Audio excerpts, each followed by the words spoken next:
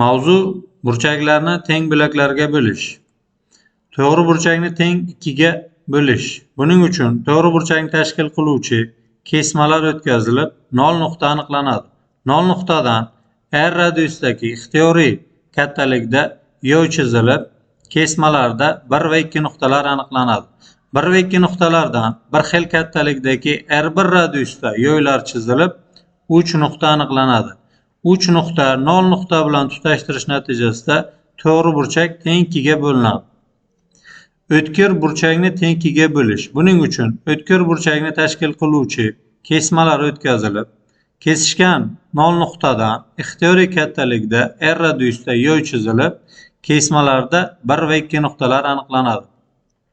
1 va 2 nuqtalardan bir xil kattalikdagi R1 radiusda yo'llar o'zaro kesishtirilib, 3 nuqta aniqlanadi. 3 nuqta 0 nuqta bilan tutashtirish natijasida o'tkir burchak teng ikkiga bo'linadi. To'g'ri burchakni teng 3 ga bo'lish. Buning uchun to'g'ri burchakni tashkil qiluvchi kesmalar o'tkazilib, 0 nuqta aniqlanadi. 0 nuqtadan ixtiyoriy R radiusdagi yo'l chizilib, kesmalarda 1 va 2 nuqtalar aniqlanadi. Shu tanlab olingan birinchi R radiusni o'zini kattaligida 1 va 2 nuqtalardan yo'l chizilib, birinchi chizilgan R radiusdagi yo'lni 3 va 4 nuqtalarda kesib o'tadi. 3 va 4 nuqtalar 0 nuqta bilan tutashtirish natijasida to'g'ri burchak teng 3 qismga bo'linadi. To'g'ri burchakni teng 4 ga bo'lish. Buning uchun to'g'ri burchakni tashkil qiluvchi kesmalar o'tkazib olinadi.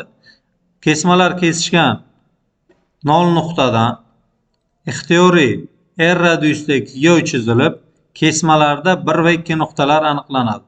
1 va 2 nuqtalardan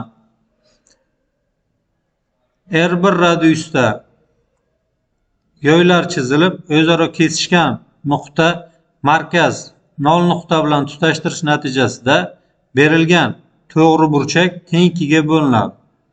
Birinchi chizilgan R radiusdagi yo'lni kesishgan nuqtasini 3 nuqta deb olsak, 3 va 1 nuqtadan o'tuvchi kesmalar o'tkir burchak tashkil qiladi. O'tkir burchakni teng ikkiga bo'lishimiz kerak. Buning uchun 3 nuqtadan va 1 nuqtadan bir xil kattalikdagi R2 radiusda yo'llar o'zaro kesishtirilib, 4 nuqta aniqlanadi. 4 nuqta 0 nuqta bilan tutashtirish natijasida o'tkir burchak teng ikkiga bo'linadi. 3 va 2 nuqtalardan o'tuvchi o'tkir burchakdagi kesmalarni orasidagi burchakni teng ikkiga bo'lish uchun 3 va 2 nuqtalardan R2 radiusda yo'llar o'zaro kesishtirilib 5 nuqta aniqlanadi. 5 nuqta 0 nuqta bilan tutashtirish natijasida o'tkir burchak teng ikkiga bo'linadi. Natijada to'g'ri burchak teng 4 qismga bo'linadi.